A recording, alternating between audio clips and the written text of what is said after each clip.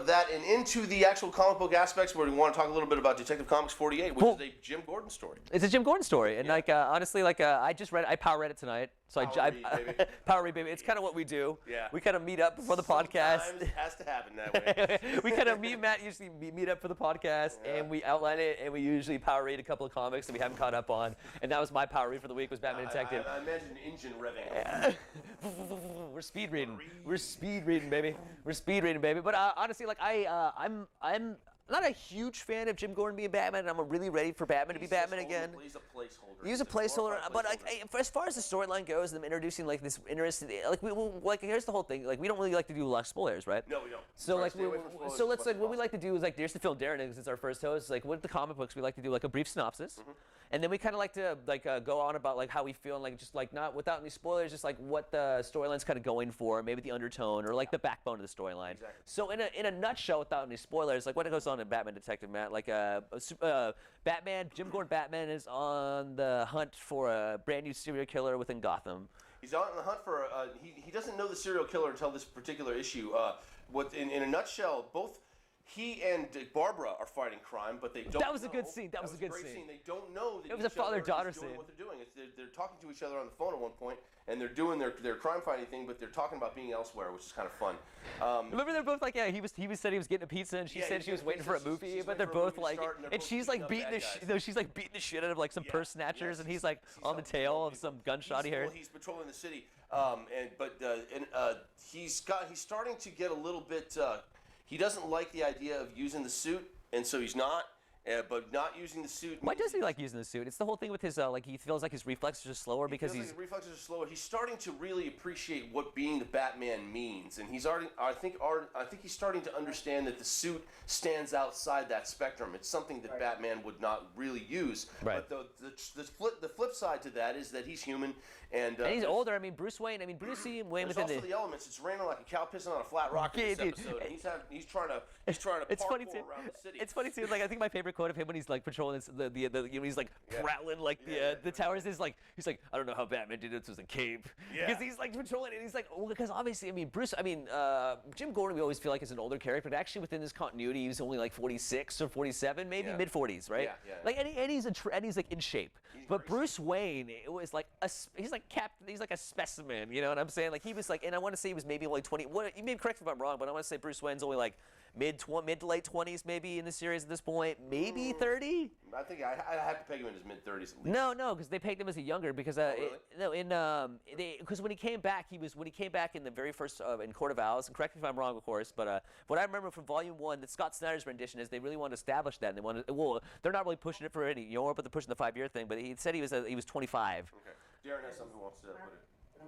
He just come back from his journey training to be Batman, so he's very young. But for the most part, Batman was portrayed, late 20s, early 30s. Okay. Right. Yeah, for the most part. Yeah, I'd say you can say it, but I'd say pre-New 52, I'd say you're right. I'd peg him more mid to late 30s, early 40s, mid to late 30s. Never in the 40s because he was always kind of spry then too. But it's he's let's just say all these characters are essentially 4 or 5 years younger than their pre-New 52 counterparts. Point being, he's starting to realize his limitations. And, Jim Gordon Batman is realizing his limitations, and there's a new killer in this city, and he has a very distinctively strange style. The first body that it's weird, but what is that? What is that? Basically she finds George Washington dead with a bullet hole through his heart. No, this isn't an actual George Washington. This is a guy dressed like George Washington. He's dead when Batman finds him, and the killer is still present. And Batman actually gets into a little scrape at that point. We don't want to give too much away. At any rate, this killer has a very distinctive style.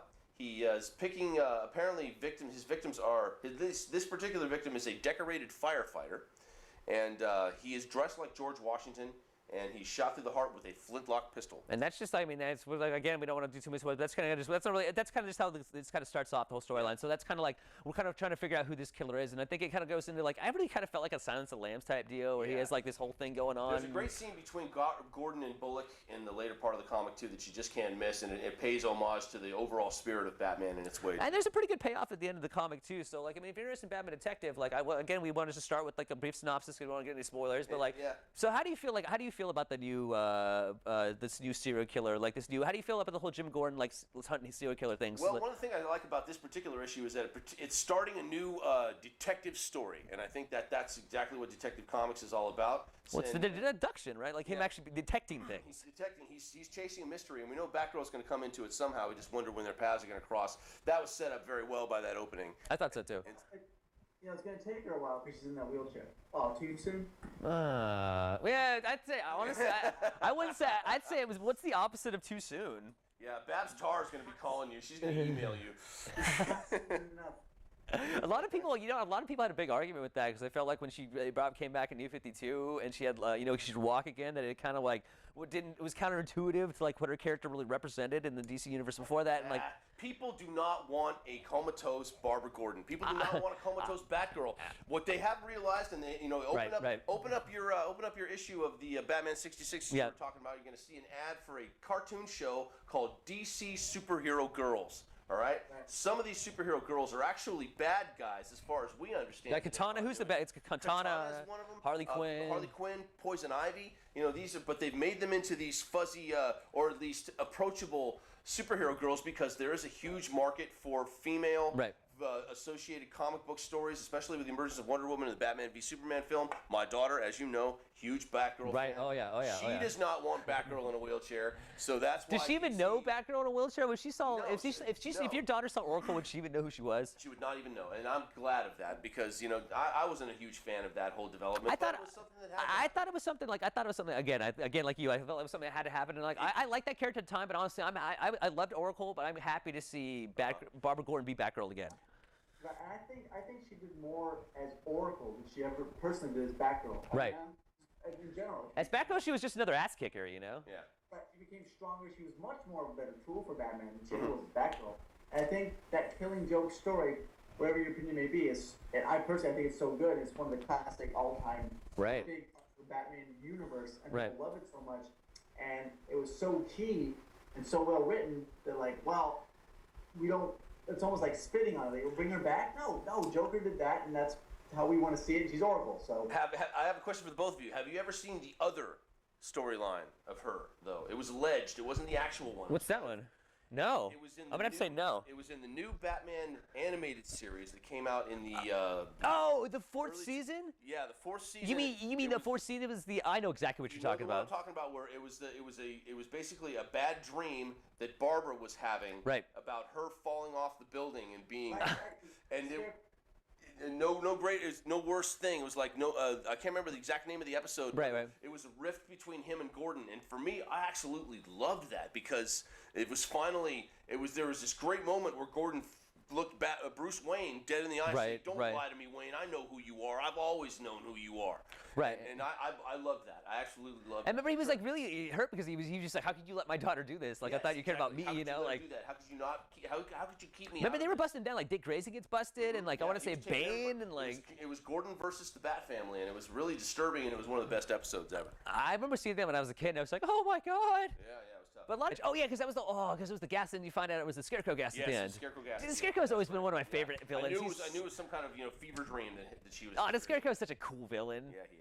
We'll talk about. He turns up in the Batman Robin Eternal. We're going to talk about tonight. Yeah, well, did you guys have anything else to say about Detective? Like, I guess I agree. I guess I agree with you. Like, I'm glad they're kind of going taking more of a detective. Like, I'm glad Detective's always been more about a detective story, and Batman before Detective was really just an ass kicker all the time. And like, this is on my list. This is definitely one I'm gonna be following. And honestly, I love that stuff. the 7th volume of Batman Detective just came out. I can't remember what it's called, Darren. If you could look it up, if you get a second. It's the newest volume of the Batman Detective just came out. I saw it at your store today. But anyway, it was by Anyway, it's by friends Manapool and another writer. But anyway, like Batman Detective 4, this was more focused on his detective skills. Yes. Batman deducting things. I mean, I remember him doing that a lot when I was a kid, and like he did that a lot in the animated series. Yeah, and it's an interesting mystery too. It leaves you hanging, and that's what I like. Yeah. So yeah, check that one out. So what?